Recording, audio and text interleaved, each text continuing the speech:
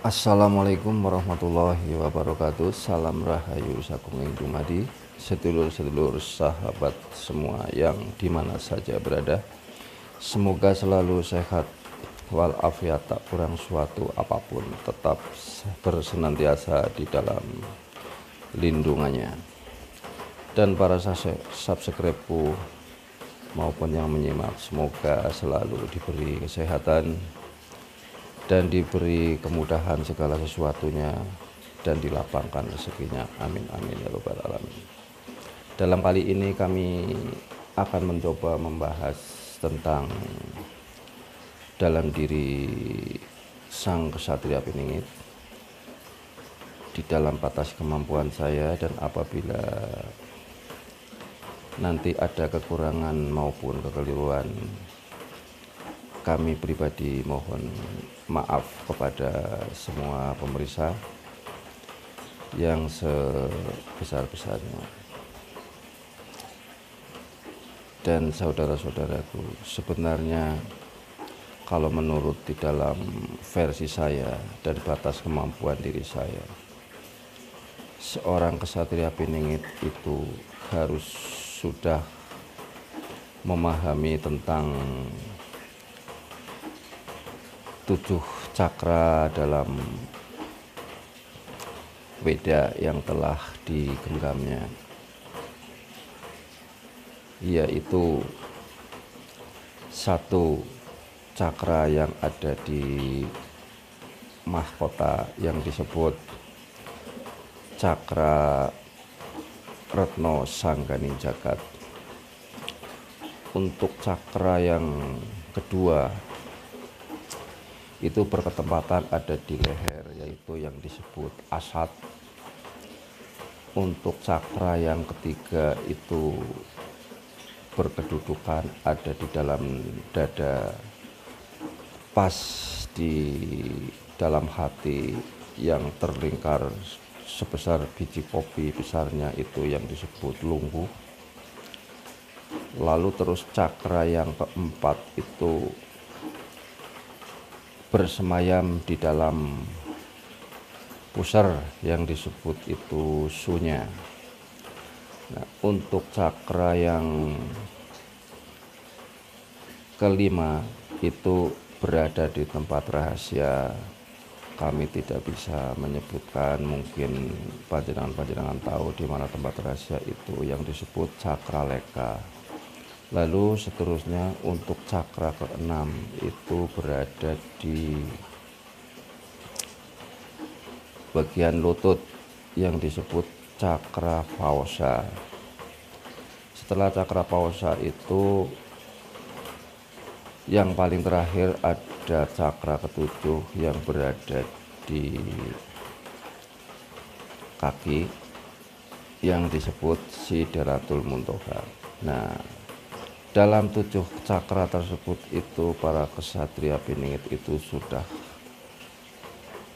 mampu memegang dan sudah memecahkan dan sudah bisa membuka dalam cakra ketujuh tersebut. Itu sudah terbuka, jadi akan mengetahui bahwa masa lalu, siapa kakeknya, siapa itu buyutnya, karena dari cakra ketujuh itu sudah terbuka semua. Lalu untuk perjalanan masa yang akan datang, itu kalau menurut versi saya dalam versi Jawa, karena kita itu orang Jawa, lalu disamakan dengan versi Imam Al-Mahdi. Kalau di dalam versi Imam Al-Mahdi itu mengambil dari surat Fatihah, itu kalau menurut versi saya, yaitu yang menempati di 7 cakra di dalam diri manusia, yang di dalam cakra mahkota di atas kepala kita itu yang sebutannya itu Bismillahirrohmanirrohim. Kalau yang ada di leher itu Alhamdulillahirobbil alamin. Kalau yang ada di dalam hati, yang di dalam sebesar biji kopi itu yang terdapat lubang Allah, itu yang disebut Ar-Rahmanir-Rahim. Kalau yang berada di pusar itu Maliki Yaumiddin, kalau yang di tempat rahasia itu iya karena dua, iya karena setangin.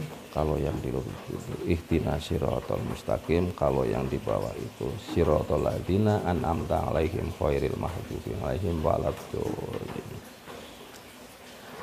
Dalam bahasan tersebut kami itu tidak bisa untuk menggelar dan untuk memaksudkan dan apa makna tersebut. Kemungkinan besar panjenengan semua itu sudah memahami apa yang disebut surah Al-Fatihah, itu yang disebut surah pembukaan. Jadi apabila panjenengan ingin mengetahui apa yang dimaksud oleh saya, apa yang diceritakan oleh saya, silahkan monggo dipelajari sendiri. Apabila sudah bisa mempelajari ayat tersebut atau dari Weda tersebut, itu apapun yang akan diinginkan, yang Maha Kuasa Allah Subhanahu wa Ta'ala itu akan mengabulkan. Karena pada dasarnya itu kalian semua kalau mau membuka diri, kalau akan mau jujur apa yang ada di dalam rasa kalian, di dalam diri kalian, sesungguhnya panjenengan semua itu juga sebenarnya bagian dari Ksatria Piningit. Kenapa kita itu harus menunggu siapa Ksatria Piningit, kapan akan hadir? Nah, kalau panjenengan semua tidak berbelajar, tidak membuka diri, tidak mengeluarkan rasa yang sesungguhnya yang ada di dalam hati, karena selalu dikalahkan oleh daya pikiran dan daya ego yang semestinya kita semua itu tahu akan kebenaran, tapi sesungguhnya kebenaran itu disembunyikan. Nah, disitulah kita itu jadi agak keliru. Tapi kalau kita semua itu sudah bisa membuka diri, kita itu jujur apa yang di dalam hati dikeluarkan melalui lesan kita, lah disitulah kita itu sama halnya akan membantu bahwa kehidupan di dalam dunia ini, di atas Nusantara ini, di belahan Nusantara ini, itu akan membawa suatu kebahagiaan yang akan membawa merdeka secara hakiki. Kami pun juga selalu belajar, dan belajar bukan berarti saya itu sudah tahu, tapi saya belajar untuk tahu agar kita itu bisa membenahi kesalahan-kesalahan yang telah kita lalui, sehingga kita itu akan menjadi benar. Karena tidak ada manusia yang selalu itu benar. Orang akan benar itu belajar dari kesalahan. Itu jelasnya seperti itu. Siapapun, bukan saya, bukan siapapun, semuanya itu seperti itu. Jadi kalau cerita tentang Ksatria Piningit, kalau menurut versi saya itu seperti itu. Kita selalu itu bersaudara, kita selalu itu bersatu dengan semuanya, kita itu tidak milah-milah. Di saat kita kecil, tentang Ksatria Piningit pun sudah diajari oleh guru kita. Malah waktu itu kelas 2 SD, saya itu diberi pengetahuan tentang Ksatria Piningit. Jadi apa salahnya kalau saya itu sekarang wedarkan di antaranya Ksatria Piningit itu berada di dalam diri kalian semua. Kalau di waktu saya kecil, waktu saya itu masih di sekolah SD, Ksatria Piningit itu simbolnya itu tunas kelapa, dan juga ada nyanyiannya. Kita ambil sepotong yang disebut tunas kelapa, itu lambangnya bermakna serbaguna segala-galanya, gembira giat bekerja, pembangunan semesta direncana, cepat kaki ringan tangan, tulus hati Ramatama. Hei hei, engkaulah patriot bangsa. Nah, itu sepenggal nyanyian di waktu saya itu diberi pengetahuan tentang Ksatria Piningit di waktu kelas 2 SD zaman terdahulu. Mungkin sekarang itu ndak ada yang namanya ajaran dari guru seperti itu, karena sekarang zamannya sudah zaman modern, segalanya itu sudah pakai digital, jadi kemungkinan sudah tidak ada. Maka saya sedikit mengulas tentang versi saya, ajaran-ajaran yang ada waktu saya kecil, saya sampaikan, barangkali itu bermanfaat dan berguna untuk kita semua, agar kita itu untuk kedepannya berhati-hati, eling dan waspada, tidak saling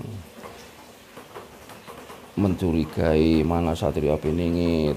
Ada yang menganggap wah ini yang membaca itu mengaku dirinya tidak, bukan seperti itu. Pada dasarnya kita semua itu hidup di atas dunia itu bagian dari alam, bagian dari alam semesta. Kalau di dalam kata orang Jawa itu adanya jagat gede jagat cilik. Jadi ya kalau menurut dalam versi saya seperti itu. Yang namanya kesatria ya kita semua, kita harus menjunjung tinggi dalam kehidupan ini, karena kita itu hidup masih di atas dunia. Tentunya kita itu ya harus memperbaiki dan membenahi tentang keduniaan, kan seperti itu. Kalau dalam kata orang Jawa kita itu ambil garis tengah yang disebut Trisula Weda, itu garis lurus. Kalau di dalam kata orang Jawa itu carilah harta kaya orang tidak akan meninggal. Tapi di samping itu carilah ilmu seperti orang yang akan meninggal hari esok. Nah itu menurut versi saya itu seperti itu. Kalau akan kita itu bicara tentang Ksatria Piningit yang ditunggu dan dinanti, dan yang nanti akan jadi seorang pemimpin di kemudian hari, tentunya ya pasti ada, tapi kan mestinya kan itu dari kalangan kita-kita semua. Jadi seperti itu saudara-saudaraku dan para sahabatku semua.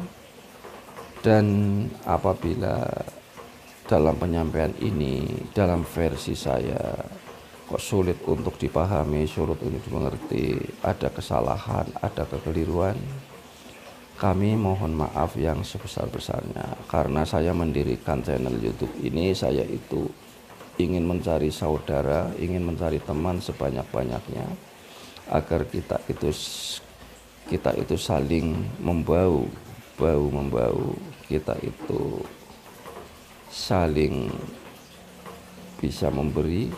Kita itu memberi bukan berarti memberi apa, kita memberi kebaikan, kita itu memberikan suatu ibadah senyum, kita berkenalan, kita itu saling bertukar pikir dan tukar kawruh, itu adalah suatu ibadah.